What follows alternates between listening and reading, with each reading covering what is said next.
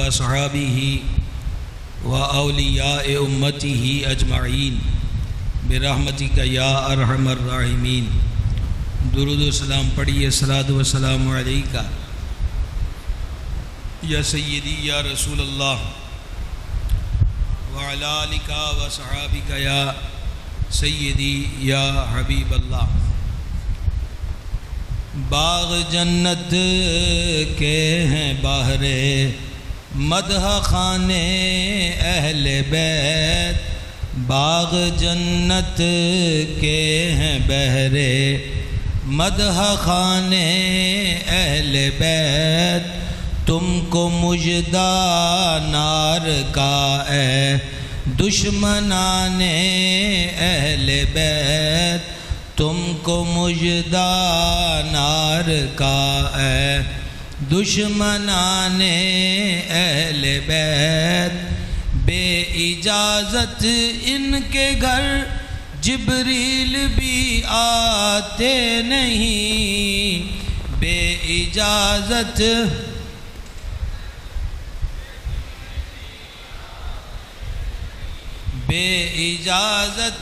ان کے گھر جبریل بھی آتے نہیں، قدر والے جانتے ہیں قدر و شان اہل بیت، قدر والے جانتے ہیں قدر و شان اہل بیت، قدر والے جانتے ہیں۔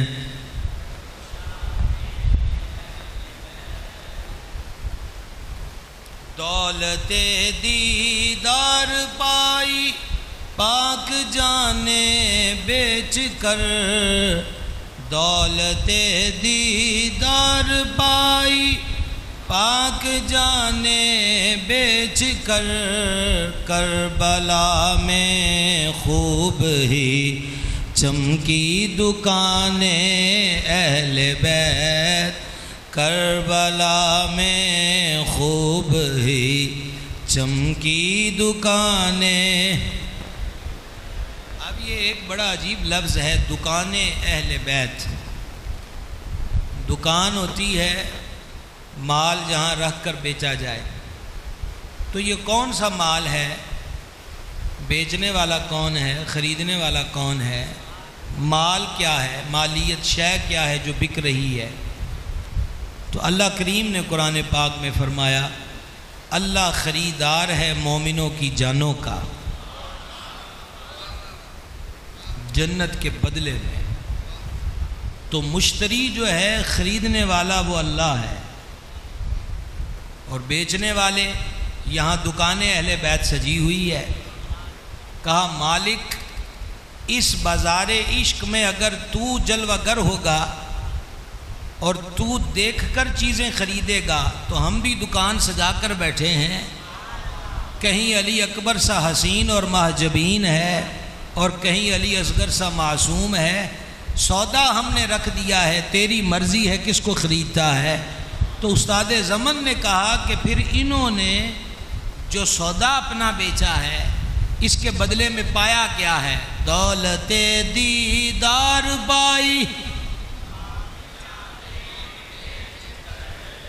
دولت دیدار پائی پاک جانے بیچ کر، کربلا میں خوب ہی چمکی دکانیں اہل بیت، کربلا میں خوب ہی چمکی دکانیں۔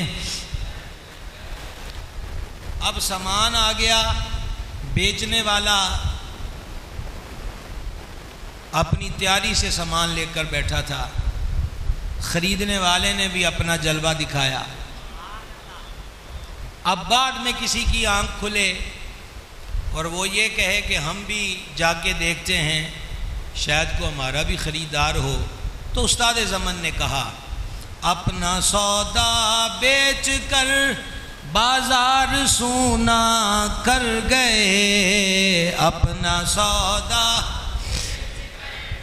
بازار سونا کر گئے کون سی بستی بسائی تاجران اہل بیت کون سی بستی بسائی تاجران اہل بیت قدر والے جانتے ہیں ہائے کس شقی کی حکومت ہائے کیا اندھیر ہے کس شقی کی ہے حکومت ہائے کیا اندھیر ہے دن دہاڑے لٹ رہا ہے کاروان اہل بیت دن دہاڑے لٹ رہا ہے کاروان اہل بیت قدر والے جانتے ہیں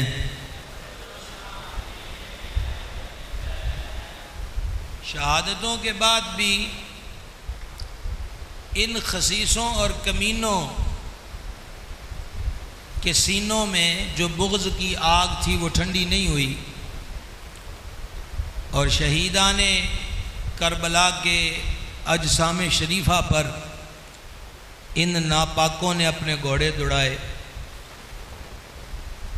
استاد زمن اس چیز کو سامنے رکھ کر کہتے ہیں اہل بیت پاک سے گستاخیاں بے باکیاں اہل بیت پاک سے گستاخیاں بے باکیاں لعنت اللہ علیکم دشمنان اہل بیت لعنت اللہ علیکم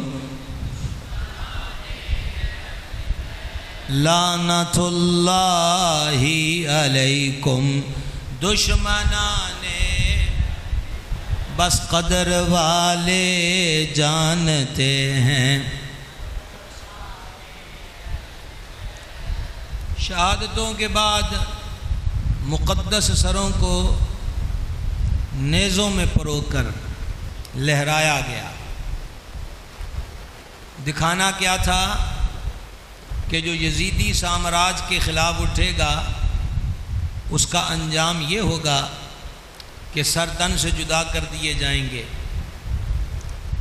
لیکن یزیدیوں نے جو حربہ بھی اہل بیت و اہل حق کو دبانے کا استعمال کیا اللہ نے ہر لحظہ ان کی شان کو اجاگر ہی فرمایا یہاں بھی ایک عجب ماجرا ہوا استاد زمن مولانا حسن کہتے ہیں سر شہیدان محبت کے ہیں نیزوں پر بلند سر شہیدان محبت کے ہیں نیزوں پر بلند اور اونچی کی خدا نے عز و شان اہل بیت اور اونچی کی خدا نے عز و شان اہل بیت اور اونچی کی خدا نے بس قدر والے جانتے ہیں قدر و شان میں نے وہ شعر پہلے پڑھ دیا ہے منقبت کی دنیا میں اہل بیت کی منقبت کی دنیا میں یہ تو نہیں کہتا کہ اس کا ہم وزن شعر اور کوئی نہیں پر یہ کہہ سکتا ہوں کہ یہ اپنی مثال آپ ہے منقبت کا حق ادا ہوا ہے اس شعر کے اندر بے اجازت ان کے گھر جبریل بھی آتے نہیں بے اجازت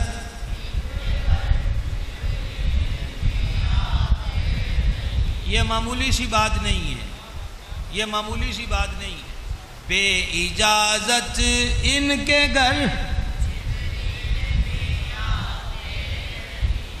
قدر والے جانتے ہیں قدر و شان قدر والے جانتے ہیں، بے ادب گستاخ فرقہ کو سنا دے اے حسن، بے ادب گستاخ فرقہ کو سنا دے اے حسن، یوں کہا کرتے ہیں سنی داستان اہل بیت، یوں کہا کرتے ہیں سنی داستان اہل بیت، بس قدر والے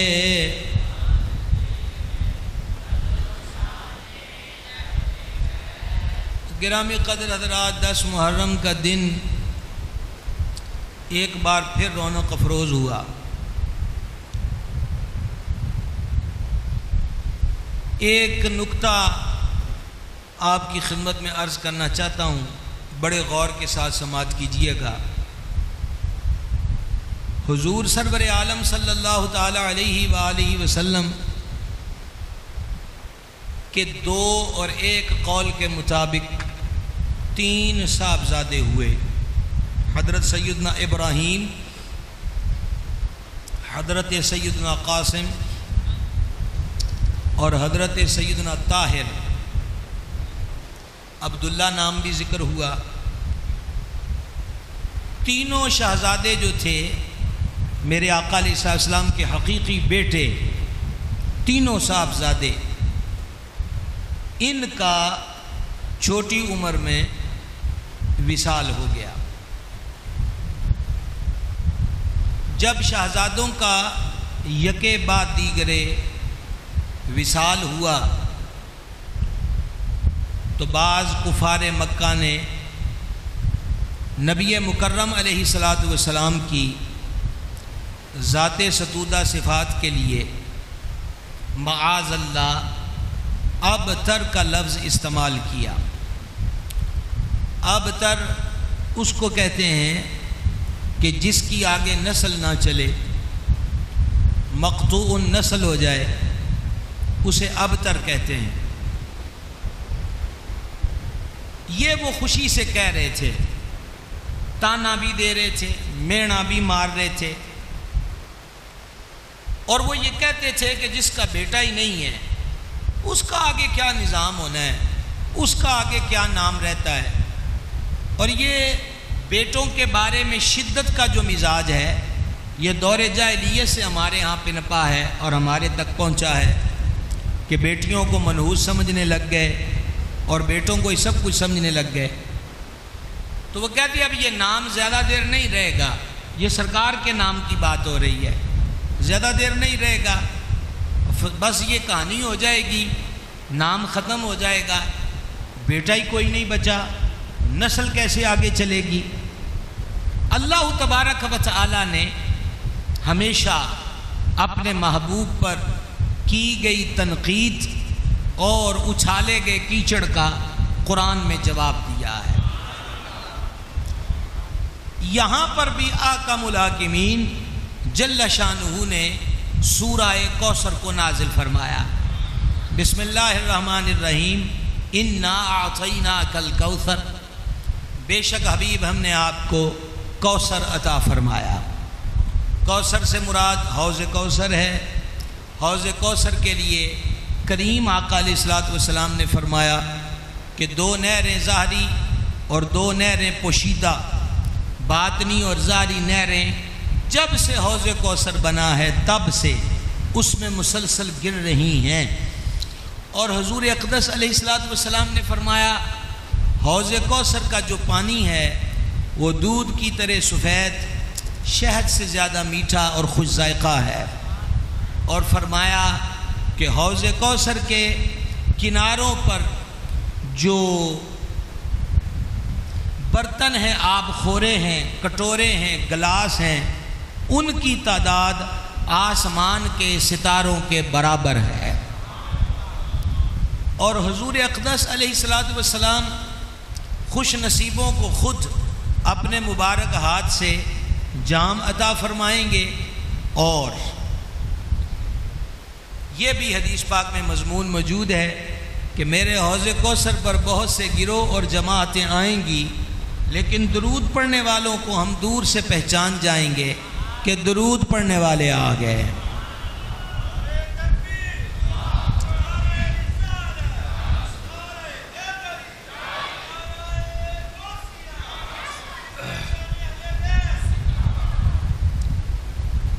توجہ ہے جی، آپ کی سمجھ آ رہی بات کی؟ یہ آگے ہو جائیں، جس نے اٹھنا ہے ابھی سے یہاں سے اٹھ کے چلا جائے، اب آئندہ کسی کو یہاں سے اٹھنے کی اجازت نہیں ہے، یہ جگہ خالی پر کریں، جلدی کریں۔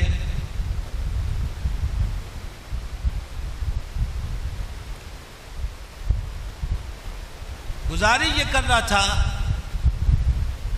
کہ حوض کوثر، پھر مفسرین نے اس کے معنی میں بہت کچھ بیان کیا۔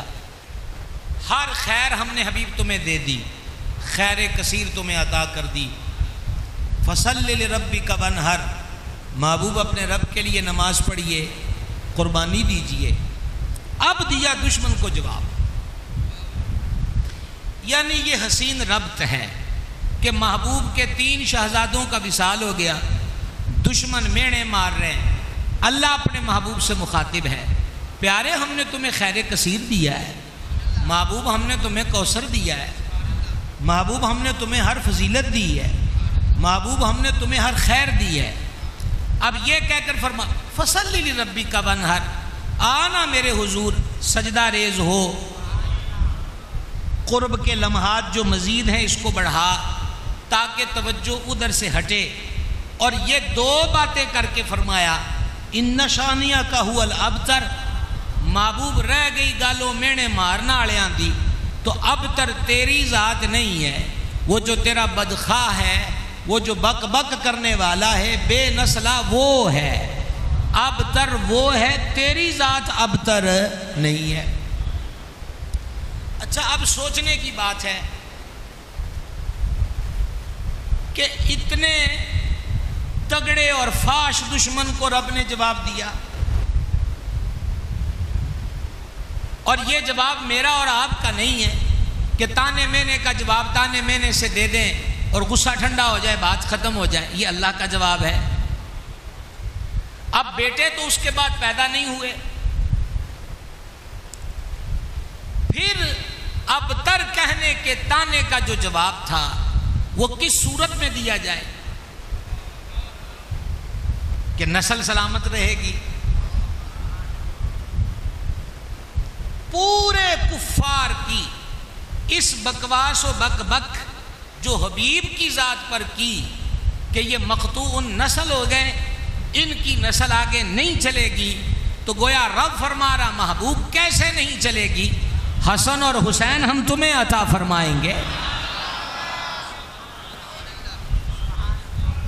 اور یہ جو بک بک کرتے ہیں ان کا تو نام و نشان بھی نہیں رہے گا، قبروں کے نشان بھی مٹ جائیں گے، پر تیری شہزادی کے آنگن میں جو 2 پھول میں عطا فرماؤں گا، دنیا کے چپے چپے پر تیری نسل کریمانہ کے مزارات گواہیاں دیں گے کہ مٹنے والے مٹ گئے، محمد کا گھرانہ اب بھی سلامت ہے۔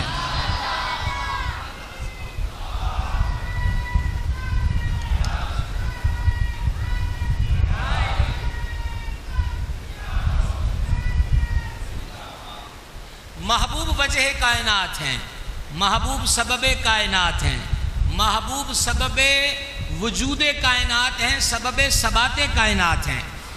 جس کے لیے ساری کائنات بدائی، اس محبوب پر نسل ختم ہونے کا تانا لگے تو خود سوچئے اللہ کریم نے محبوب کی نسل کو جاری رکھنے کے لیے جن 2 حسینوں کا انتخاب کیا،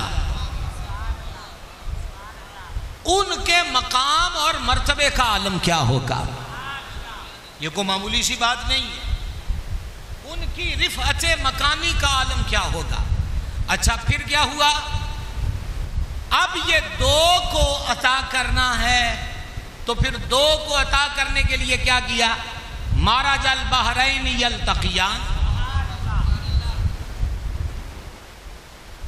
بینہما برزخ لا یبغیان۔ توجہ ہے آپ کی؟ جاگ رہے ہیں آپ لوگ؟ جو توڑے جو کو 9 بجے دا آیا ہے تو میرے نال اوکھا کوئی نہ ہوئے، میں فجر تو بیانات شروع کر کے ہوں توڑے کو پہنچے ہیں. شاہی تشریف رکھیں، آپ تشریف رکھیں، بڑی مہربانی، بہت نوازش آپ کی، تشریف رکھیں. اللہ جل وعلا نے سورہ رحمان میں واضح طور پر فرما دیا 2 سمندروں کا ملاپ ہوا. توجہ ہے آپ کی. محبوب کی نسل کو تا قیامت جاری رکھنے کے لیے حسن و حسین کا انتخاب ہے. اب حسن و حسین نے جس کان سے نکلنا ہے پھر ان 2 ذاتوں کا انتخاب ہے. آپ کی آواز کمزور ہے، میں فسانہ نہیں حقیقت بیان کر رہا ہوں. میں آپ کو مثال دینا چاہتا ہوں. امام احمد قسطلانی شارح صحیح بخاری شافعی رحمہ اللہ نے مواہب کے اندر نقل کیا کہ نبی مکرم علیہ السلام کی نہ تو کوئی سگی بہن ہوئی نہ سگا بھائی ہوا. وجہ انہوں نے کہا کہ اللہ کو پسند ہی نہیں کہ محبوب کی شراکت میں کوئی ہو. سبحان اللہ. یہ پسند ہی نہیں ہے رب کو کہ محبوب کی شراکت میں کوئی ہو. اور حضرت امام احمد رحمہ اللہ قسطلانی نے لکھا، کمال کی بات لکھی. وہ فرماتے ہیں اللہ تبارک و تعالی نے سیدہ طیبہ طاہرہ مخدومہ کریمہ صالحہ ساجدہ راکعہ صابرہ متوکلہ طیبہ اطیبہ مطیبہ زکیہ نقیہ تقیہ یعنی سیدتنا آمنہ سلام اللہ تعالی علیہا اور حضور اقدس بندہ پرور طیب و اطہر عالی مرتبت حضور پر نور سرکار اقدس سیدنا عبداللہ رضی اللہ تعالی عنہ. اس جوڑے کا انتخاب اللہ نے صرف اپنے محبوب کی ذات کے لیے فرمایا. صرف اپنے محبوب کی ذات کے لیے فرمایا. اب اگر یہ آپ سمجھ گئے تو پھر آگے بڑھیے. جس مقدس ذات سے محبوب کی نسل کو آگے چلانا تھا پھر وہ ذاتیں بھی معمولی نہیں ہونی چاہیے. سبحان اللہ. وہ ذاتیں معمولی نہیں ہونی چاہیے. نسل کریم نے آگے چلنا ہے. دشمناں دے مینے دا جواب دینا ہے تے قیامت تک انہاں دی ہک تے دیوا بالنا ہے. سڑن آڑیاں نو مزید ساڑنا ہے اور بتانا ہے کہ ابتر کون ہے اور قائم النسل کون ہے. اب غور کیجئے گا، اس کے لیے 2 سمندر منتخب ہوئے. اب وہ 2 سمندر جب آپس میں ملے تو اللہ کریم قرآن میں فرماتا ہے کہ اس میں سے 2 موتی نکلے، ایک لؤلؤ اور ایک مرجان. مرجان کا رنگ سرخ ہوتا ہے، لؤلؤ کا رنگ سبز ہوتا ہے. آئمہ معرفت نے کہا وہ جو 2 سمندر ہیں وہ حضرت مولا مشکل کشا و مخدومہ سیدہ بطول زہرا ہیں. اور اس سے پھر جو 2 موتی نکلے، ایک سرخ ایک سبز. سبز سے مراد حسن مجتبیٰ ہیں، سرخ سے مراد مظلوم کربلا سید الشہداء ہیں.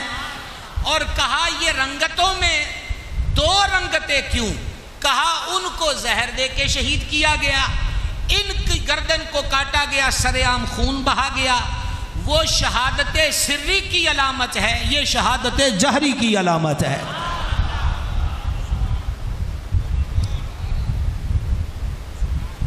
میں نے یقیناً ایک مشکل مضمون چھیڑا ہے اور گلزار مدینہ میں مشکل مضمون ہی چھیڑ سکتا ہوں. کیا کر سکتے ہیں؟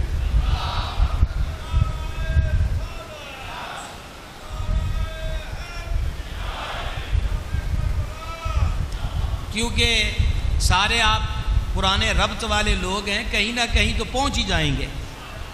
کیا سمجھا؟ گرامی قدر حضرات، 2 سمندروں کا انتخاب ہوا. حسن اتفاق دیکھیے کہ میرے آقا و مولا علیہ السلام کی 4 حقیقی شہزادیاں ہیں. 4 حضور کی ہیں، سگی ہیں، اور 4 ام المومنین سیدہ طیبہ طاہرہ سرکار مخدومہ خدیجۃ الکبریٰ سلام اللہ تعالی علیہا کے بطن انور سے ہیں۔ 3 شہزادیوں کے ہاں اولاد پاک ہوئی، ایک کے ہاں اولاد کا سلسلہ نہیں ہوا۔ ان میں سے 2 کے ہاں جو اولاد پاک ہوئی، مثلا سرکار مخدومہ سیدہ عالیہ طیبہ طاہرہ زینب پاک صلی اللہ تعالی علی ابیہا و علیہ وبارک وسلم سرکار کی شہزادی پاک ہیں۔ ان کی آگے شہزادی ہیں سیدتنا امامہ۔ صحیح بخاری میں ہے کہ حضور ان کو مسجد میں لے کر آئے، کندھے پر بٹھایا تھا، سرکار نے اسی حال میں نماز شروع کر دی، اور جب حضور سجدے میں جانے لگے تو اپنی نواسی کو کندھے سے اتار کے بٹھایا۔ 2 سجدے کر کے جب حضور قیام کی طرف جانے لگے تو پھر ان کو اٹھا کر کندھے پر بٹھا لیا۔ ایک حضور کے نواسے ہیں، ان کا نام ہے علی بن ابی العاص۔ یہ جو علی ہیں یہ تقریباً 16 سال کے لگ بھگ انہوں نے عمر پائی، اور فتح مکہ کے دن جب نبی مکرم علیہ السلام مکہ المکرمہ میں داخل ہوئے تو حضور کی اونٹنی پر جو ردیف تھا، ردیف کہتے ہیں جو اونٹنی پر ساتھ سوار ہوتا ہے، تو وہ یہی حضرت علی تھے جو میرے سرکار کے نواسے ہیں۔ شہزادیوں کے ہاں اولاد امجاد ہوئی، لیکن ان کے وصال ہو گئے۔ زیادہ عمر جو ہے وہ حضرت علی نے پائی جو سرکار کے نواسے ہیں۔ آگے جو اولاد پاک کا آل پاک کا سلسلہ چلا وہ حضرت مخدومہ کریمہ کی ذات پاک سے ہی چلا۔ یہ اللہ کا انتخاب ہے۔ آواز آپ کی کمزور ہے، یہ مالک کریم کا انتخاب ہے۔ 2 سمندر، مولا علی کی ذات کو دیکھیے، مظہر العجائب والغرائب ہیں، عقلیں ان کا احاطہ نہیں کر سکتی۔ میں نے کئی بار کہا، آج بھی معذوری ظاہر کر رہا ہوں کہ میں مولا مرتضیٰ کی فضیلت و افضلیت کو لفظوں کے سانچے میں ڈھال کر آپ کے سامنے کیسے رکھ سکوں۔ ان کا بیٹا ولیوں کا بادشاہ، پیران پیر، پیر دستگیر روشن ضمیر، غوث سمدانی محبوب سبحانی، قندیل نورانی شہباز لامکانی، حضور پونور میرا محی الدین سیدنا الشیخ عبد القادر جیلانی رضی اللہ تعالی عنہ فرمایا کرتے تھے، نہ مجھے کسی پر قیاس کرو، نہ مجھے کسی پر قیاس کرو، نہ کسی کو مجھ پر قیاس کرو، نہ کوئی میرے جیسا ہے نہ میں کسی جیسا ہوں۔ اور ان کے ایک بیٹے کا یہ مقام ہے کہ 14ویں صدی کا مجدد، کوئی نتھو خیرہ شاعر نہیں، 150 علوم کا بادشاہ ہاتھ جوڑ کے کھڑا ہے، سر بھلا کوئی کیا جانے کہ ہے کیسا تیرا، اولیاء ملتے ہیں آنکھیں وہ ہے تلوہ تیرا۔ بیٹے کا یہ مقام ہے تو پھر جد کا مقام کیا ہوگا، مولا مشکل کشا کی عظمت کا عالم کیا ہوگا۔ اور آپ حسن ترتیب دیکھیں، سرکار فرماتے ہیں علی کو دیکھنا عبادت ہے۔ زندہ حضرات سبحان اللہ کہیں، کو سمجھ آ رہی ہے گل دی؟ علی کو دیکھنا عبادت ہے۔ پھر یہ حدیث ہے علی کا ذکر کرنا عبادت ہے۔ یہ کیا سمجھ رہے ہیں آپ؟ یہ کوئی نقابت ہے؟ کسی شاعر کا شعر ہے؟ کسی خطیب کا خطابت کا جملہ ہے؟ یہ وحی والی زبان سے ادا ہوئی بات ہے۔ اور آپ کیا سمجھتے ہیں عبادت کسی معمولی شے کا نام ہے؟ عبادت رب کی بندگی کا نام ہے۔ اور آپ جانتے ہو کہ بندہ بندہ کیوں ہے؟ مولانا روم نے کہا زندگی آمد برائے بندگی، زندگی بے بندگی شرمندگی، بندہ بندگی سے ہے، اور مالک انسان کے پتلے کے لیے فرماتا ہے وما خلقت الجن والانس الا لیعبدون، ہم نے جنوں اور انسانوں کو اپنی عبادت کے لیے پیدا فرمایا۔ انسان کی تخلیق کا مقصد حقیقی، مقصد وحید، مقصد واحد اللہ کی عبادت ہے۔ اللہ کی عبادت کے لیے یہ بنا کہ روٹی دیں گے، پانی دیں گے، کپڑا دیں گے، رہنے کو جگہ دیں گے، بارش برسائیں گے، پھل دیں گے، سبزیاں دیں گے، دالیں دیں گے، ہر چیز دیں گے، پر تو بنا میرے لیے ہے۔ اور سب سے بڑا جرم اور سب سے بڑا گناہ پوری کائنات میں آپ جانتے ہیں کون سا ہے؟ شرک۔ مجھے نہیں پتا، نہ سمجھ سکے تو پھر دوبارہ سن لیا جائے، مجھے اپنے ذوق سے چلنے دیجئے۔ دنیا کا سب سے بڑا ظلم، دنیا کا سب سے بڑا جرم کیا ہے؟ احادیث میں واضح طور پر فرمایا اللہ ہر گناہ کو معاف کر دے گا، شرک معاف نہیں کرے گا۔ شرک کو معاف، عبادت میں شراکت اللہ کو پسند نہیں، بلکہ ایک حدیث قدسی کا مفہوم ہے کبریائی میری چادر ہے۔ کبریائی میری چادر ہے، کبریائی میری چادر ہے۔ کہا جو تکبر کرتا ہے وہ چادر چھیننے کی کوشش کرتا ہے۔ آپ اندازہ کریں، اللہ اکبر ہے، کبیر ہے، ایسا ہی ہے۔ شرک اس کو پسند نہیں، شرک تو شرک رہ گیا، تکبر پسند نہیں۔ کہا تو مٹی کا دیا، مٹی کا باوا، تیری کیا اوقات ہے میری زمین پہ اکڑے؟ میں اکبر ہوں، میں کبیر ہوں، میں علو ہوں، میں علی ہوں، میری شان ہے بڑائی اور بلندی، تو نیواں ہو کے رہ۔ اس کو تکبر پسند۔ یہاں تک حدیث میں فرمایا کہ جس کے دل میں رائی دانے برابر تکبر ہوگا وہ جنت کی خوشبو نہیں سونگھ پائے گا، حالانکہ سینکڑوں میل کی مسافت سے جنت کی خوشبو کے ببوکے اٹھ رہے ہوں گے۔ اگر آپ سمجھ گئے اللہ کو شرک پسند نہیں، شرک عبادت کے اندر، کہا میرے لیے عبادت کرو، یہاں تک معاملہ ہو گیا۔ ایک وہ پوجا ہے جو بت کے آگے کی جائے، درخت کے آگے کی جائے، ستارے کے آگے کی جائے، سورج اور چاند کے آگے کی جائے، مٹی کے آگے، جانوروں کے آگے کی جائے، لیکن ایک وہ عبادت بھی ہے جو خالصتاً باوضو ہو کر مسجد میں کی جائے، اس کو بھی کہا کہ تو نے شرک کیا ہے۔ وہ کون سی عبادت ہے؟ کہا کوئی بھی ہو جس میں ریاکاری ہوگی۔ کیا ہوگی؟ کیا ہوگی؟ ریا کیا ہے؟ ریاکاری یہ ہے منہ طرف قبلہ شریف، اللہ اکبر، اور دل میں کیا ہے؟ سجے کھبے والوں کو پتہ لگے میں 8ویں رکعت پڑھدا پیا ہوں، 20ویں نفل ہو گئے نے۔ ریاکاری کیا ہے؟ ریاکاری کیا ہے کہ روزہ نفلی رکھ بیٹھا، اب کسی ڈھنڈوریے کو ڈھونڈتا ہے کہ ڈھول پیٹنے والا ملے جو تھوڑی سی شہرت بنائے، کوئی مجھ سے پوچھے پانی کا تو میں کہوں میرا روزہ ہے، تاکہ انہوں پتہ لگے کہ اسی متقی انہیں رکھا رب کے لیے، پر بیچ میں کہا لوگوں کو پتہ چلے، پڑھی رب کے لیے، کہا لوگوں کو بھی پتہ لگے کہ اسی نمازی ہیں۔ اللہ نے فرمایا لپیٹ کے تیرے منہ پہ ماروں گا، خالص ہو کے میرے لیے میری عبادت کر۔ ریا شرک اصغر ہے۔ اگر یہ تین چیزیں سمجھ گئے،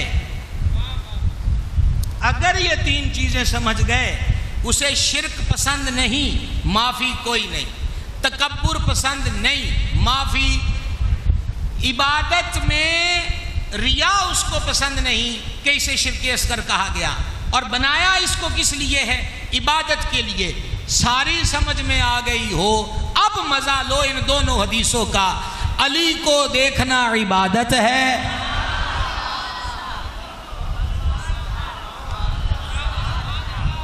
علی کا ذکر کرنا عبادت ہے۔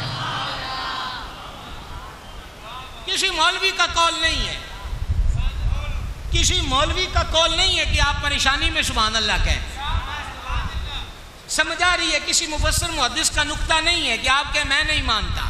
جانے عالم نے فرمایا علی کو دیکھنا عبادت ہے، علی کا ذکر کرنا عبادت ہے۔ عبادت اللہ کی ہوتی ہے، فرما علی رب کی قدرت کا مظہر ہے، علی میرا ویر ہے، علی وہ ہے جس سے میری نسل کا سلسلہ آگے بڑھا ہے، لہذا علی کو دیکھتے رہو تو تب بھی عبادت میں ہو، علی کو یاد کرتے رہو تو تب بھی عبادت میں۔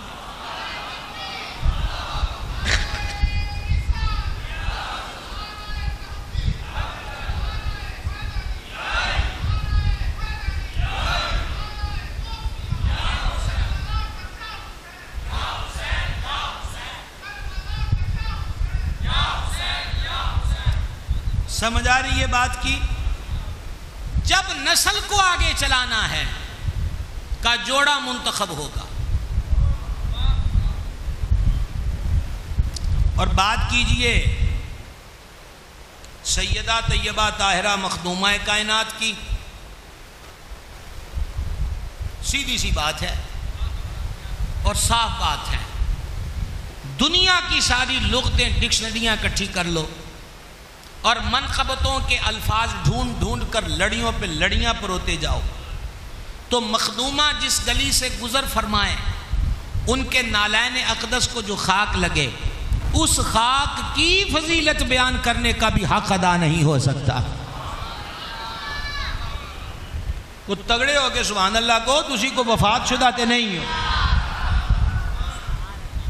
وہ زندہ ہو کے سبحان اللہ کو. جتنی باتیں کہہ رہا ہوں یہ کو آج پہلی دفعہ نہیں کہہ رہا ہے، یہاں کا ذمہ دار ہوں میں، ذمہ دار. راہ گزرے بطول زہرا کی عظمت، جمع کیجئے دنیا کے مناقب کو. اب میں آپ سے پوچھنا چاہتا ہوں، سب کا اجماع و اتفاق ہے اس بات پر، پوری دنیا کی مساجد میں سب سے افضل حدیث کے مطابق 3 مسجدیں افضل ہیں: مسجد الحرام مکہ والی، مسجد اقصی فلسطین والی، مسجد نبوی سرکار والی. ٹھیک ہے، آگے پھر بات اور بڑھ گئی کہ ان 3 میں 2 افضل ہیں، مکہ والی مدینہ والی. پھر آگے عقل و عشق کی جنگ شروع ہے. اس بحث کا ہمارے پاس اب وقت نہیں ہے، کم از کم اس وقت نہیں ہے، اس بحث کا وقت نہیں ہے.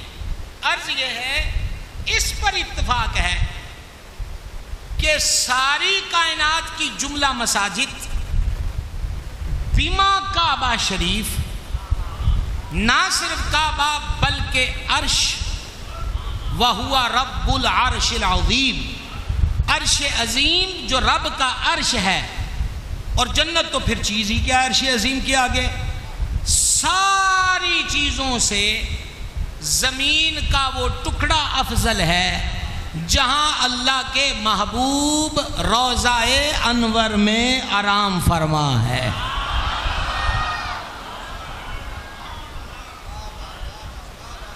یہ اجماع ہے، اس میں شک شبے والی بات. مسجد سے افضل، کعبے سے افضل،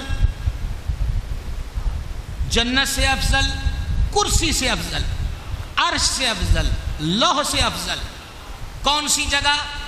جہاں حضور جلوہ گر ہیں، وہ زمین کا پاکیزہ حصہ جو سرکار کے وجود کے بوسے لے رہا ہے، اس سے افضل کائنات. جنت میں جگہ کوئی نہیں جناب، دنیا کی لبنا ہے میپ کھول کھول کے، جنت میں کوئی نہیں. عرش اس سے افضل نہیں ہے، وہ جگہ افضل ہے جہاں حضور جلوہ گر ہیں. جے سمجھ آ گئی تو پڑھنے لگا ہوں میں حدیث شریف. جیندے جاگنے والی سبحان اللہ کیا جے. نبی کریم رؤوف الرحیم علیہ الصلوۃ والتسلیم نے فرمایا فاطمہ میرے جگر کا ٹکڑا ہے.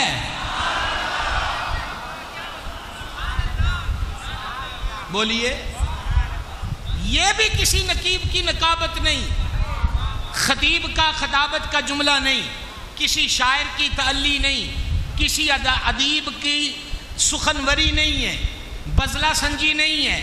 یہ زبان نبوت سے نکلی بات ہے. بطول میرے جگر کا ٹکڑا ہے. محبوب جہاں جلوہ گر ہیں اس سے افضل جگہ کوئی نہیں. تو جو محبوب کے جگر کا ٹکڑا ہے ان کی منقبت ڈھونڈنے کے لیے ہم الفاظ کہاں سے لائیں؟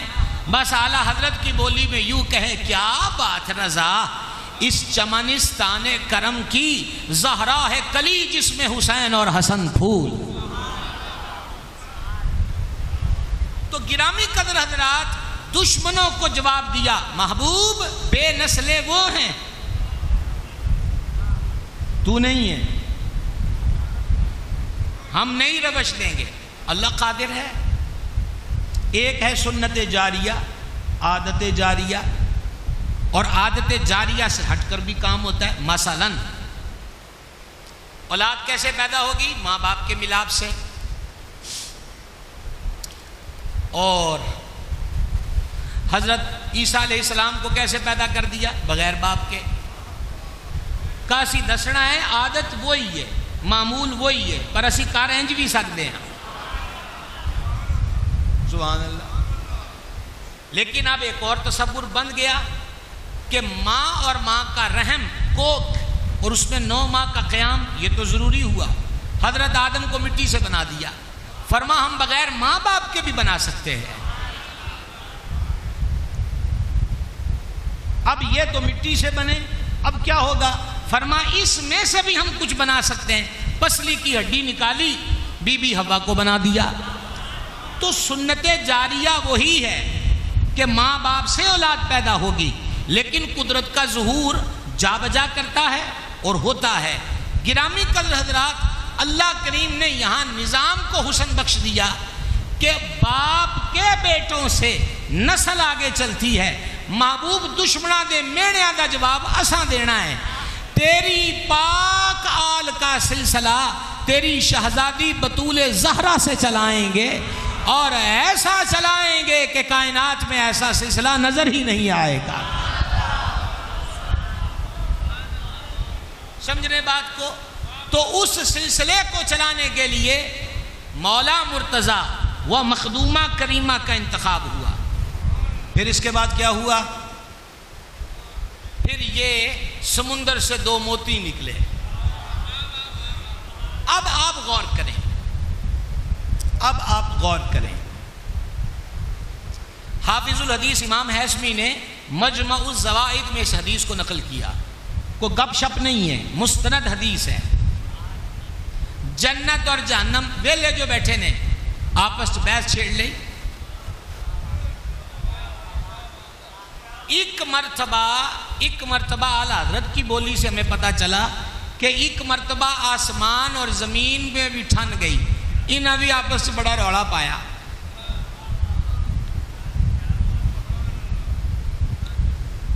آسمان نے کہا زمین ٹک کے رہ، سورج ہے مجھ پر، چاند ہے مجھ پر، ستارے ہیں مجھ پر، بارش اوپر سے برستی ہے جس سے تیرا حلق خشک تر ہوتا ہے، تیری کوکھ سے پودے پھل سبزیاں تبھی اگتے ہیں جب ہم سے بھرن برستی ہے. چپ، تیری کیا اوقات ہے؟ زمین نے کیا منہ سنبھال کے گل کر، ساڑھے نال ایڈی آکڑ اکڑ کوئی نہ بہا. آسمان ہوئے گا تے کار ہوئے گا. میں وہ ہوں جس پر محمد رسول اللہ کا روضہ موجود ہے صلی اللہ تعالی علیہ وآلہ وسلم وسلم. یہ تو اعلیٰ حضرت کے کلام سے ہم نے جو بات نکلی وہ عرض کی. اب حدیث کا رخ کیجئے.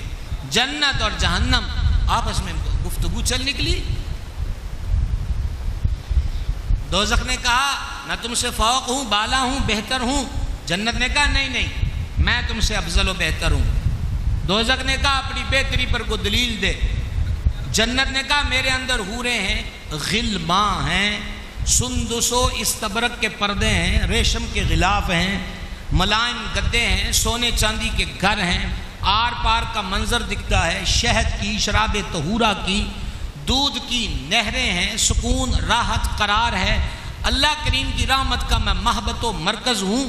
عنایات الیہ مجھ پہ برستی ہیں، میرے اندر اس کے پاک بندے آئیں گے. تو کیا چیز ہے میرے آگے؟ دوزخ نے کہا کان کھول کر سن، میرے اندر بڑے بڑے فرائنہ اور ملاعنہ ہوں گے. نمرود، حامان، شداد، فرعون، قارون، اس جیسے بڑے بڑے کلگیوں والے میرے اندر ہوں گے. جنت چپ ہو گئی، جواب نہ دیا. کریم فرماتے ہیں علیہ الصلوۃ والتسلیم، اللہ احکم الحاکمین نے جنت سے فرمایا تو کیوں چپ ہوئی ہیں؟ جواب دے ان کو. کہا مولا میں اس کو کیا جواب دوں؟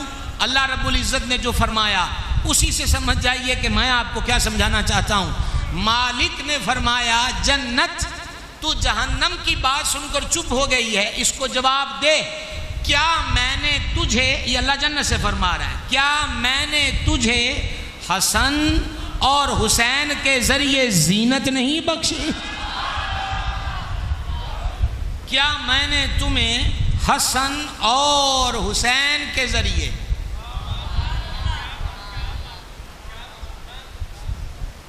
یہ مسجد کا محراب تھا، باقی جگہ پہ ٹائل لگ گئی، ہم اسی کو دیکھ دیکھ کے افسردہ ہوتے رہتے تھے کہ یہ بھی خوبصورت ہونا چاہیے، اینٹیں ہوتی تو تب بھی محراب ہی رہنا تھا، اوپر پلستر ہو گیا پھر بھی محراب تھا، پر اب دیکھتے ہیں تو کہتے ہیں بہت خوبصورت بن گیا۔ کیا ہوا؟ نقش و نگار ہو گئے، اس پہ ٹائل لگ گئی۔ تو محراب کو خوبصورت کس نے کیا؟ محراب تو محراب ہی تھا، خوبصورتی کی نقش و نگار نے، اس میں استعمال ہونے والے میٹیریل نے، اور پھر کاریگر نے اپنی کاریگری کے جوہر دکھائے۔ اگر یہ مثال سمجھ گئے تو پھر جنت کو دیکھیے، جنت کتنی خوبصورت ہے، پر کہا جنت پر بھی بہار حسن اور حسین کے جلووں سے آتی ہے۔ یہ شان ہے، یہ مقام ہے۔ کوئی خواب کا قصہ نہیں سنایا آپ کو، حدیث سنائی ہے۔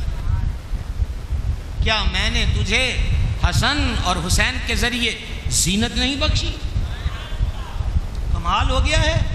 جنت کی زینت کا جو سبب ہے، مولانا روم علیہ رحمت نے کہا پھول کی پنکھڑیوں پر کسی قسم کے نقش و نگار نہیں کیے جاتے، کیونکہ پھول خود سجاوٹ کا سبب ہوتے ہیں، خوبصورتی کے لیے ہوتے ہیں، تزئین و آرائش کے لیے ہوتے ہیں، پھول کو نہیں سجایا جاتا۔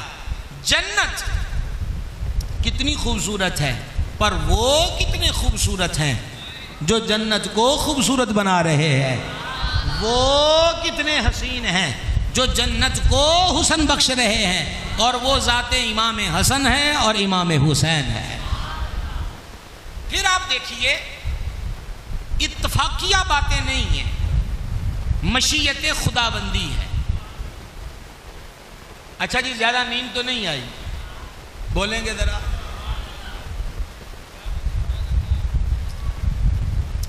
مجھے 33 سے 34 سال ہو گئے تقریریں کرتے، اور سچی بات ہے کہ اب میری جہاں عمر اب پہنچی ہے، اس سے 5-6 سال کی عمر کے پیچھے جا کر لوگ تقریریں شروع کرتے ہیں، اور میں تقریروں کے اعتبار سے اپنے آپ کو بوڑھا سمجھتا ہوں کہ ایک مدت گزر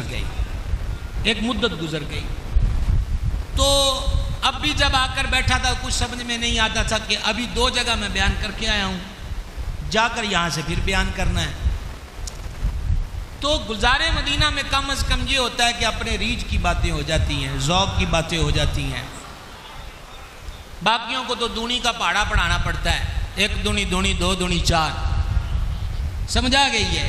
تو یہ جو بات ہے، یہ مطلب یہ ہے کہ میں فی البدیہہ آپ سے گفتگو کر رہا ہوں امام پاک کے ذکر کی برکت سے۔ میں یہ عرض کر رہا ہوں کہ یہ اتفاق نہیں ہے، محض اتفاق نہیں ہے، یہ مشیت خداوندی ہے۔ میں آپ سے کیا کہنا چاہتا ہوں، غور کیجئے گا۔ اب اولاد کیا ہوتی ہے، بیٹا کیا ہوتا ہے؟ بیٹا باپ کا بھید ہوتا ہے، بیٹا باپ کا راز ہوتا ہے، بیٹا باپ کا سر ہوتا ہے۔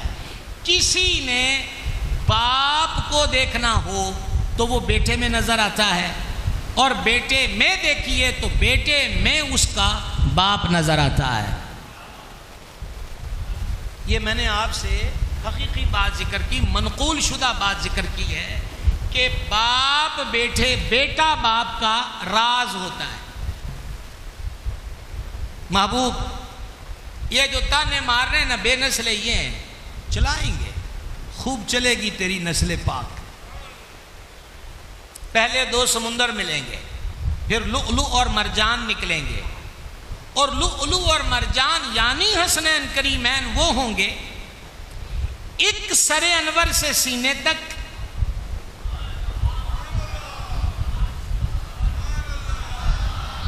آپ غور کر رہے ہیں، یہ اتفاق نہیں ہے، یہ حادثاتی بات نہیں ہے، یہ اللہ کا انتخاب ہے کہ جس سے محبوب کی نسل کو آگے چلانا تھا، ان 2 کو روپ کیا دیا؟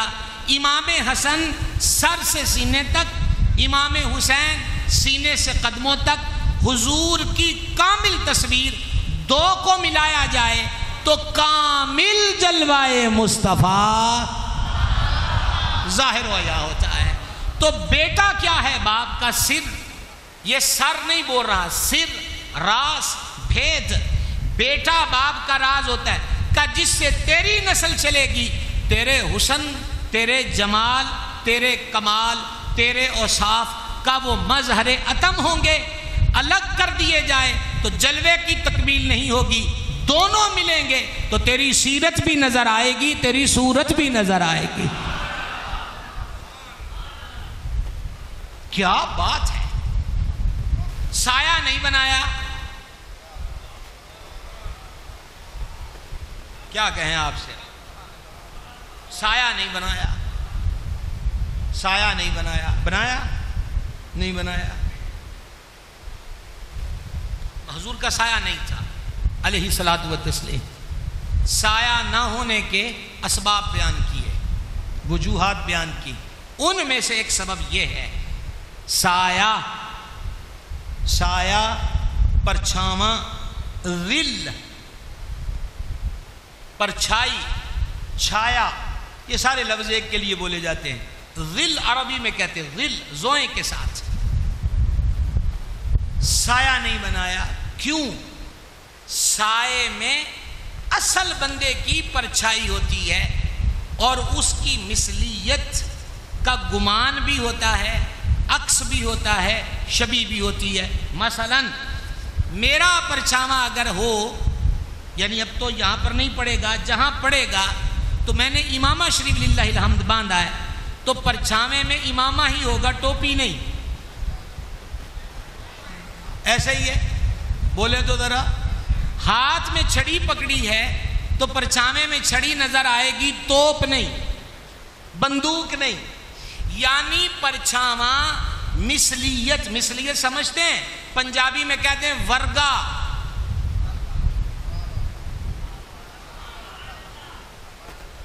یار اے محراب تے اس مسجد ورگا ہے جڑا اس مسجد چ محراب بنے ہے، یہ ہے مثلیت۔ ہن پنجابی تو اگے تے اور لفظ کوئی نہیں، پھر فارسی شروع ہوئے گی، پھر عربی شروع ہوئے گی، تاں تسی عربی چ سبحان اللہ آکھنا ہے۔ کو سمجھ آندی پئی گل دی؟ ورگا، جیا، مثل، جیسا۔ تو پرچھاوے میں مثل، ورگا، جیا، اس کا شبہ ہوتا ہے کہ محبوب کسی کو جرت ہی نہ ہو کہ کوئی یہ کہے کہ کوئی تیرے جیسا ہے، ہم تیرا پرچھایا بھی نہیں بنائیں گے، تاکہ دنیا والوں کو سبق مل جائے کہ جس کا سایہ نہیں ہے، کملے ہو اس کے ثانی بننے کی کوشش کرتے ہو۔ اچھا کمال دیکھیے، اب ہے آپ کا امتحان۔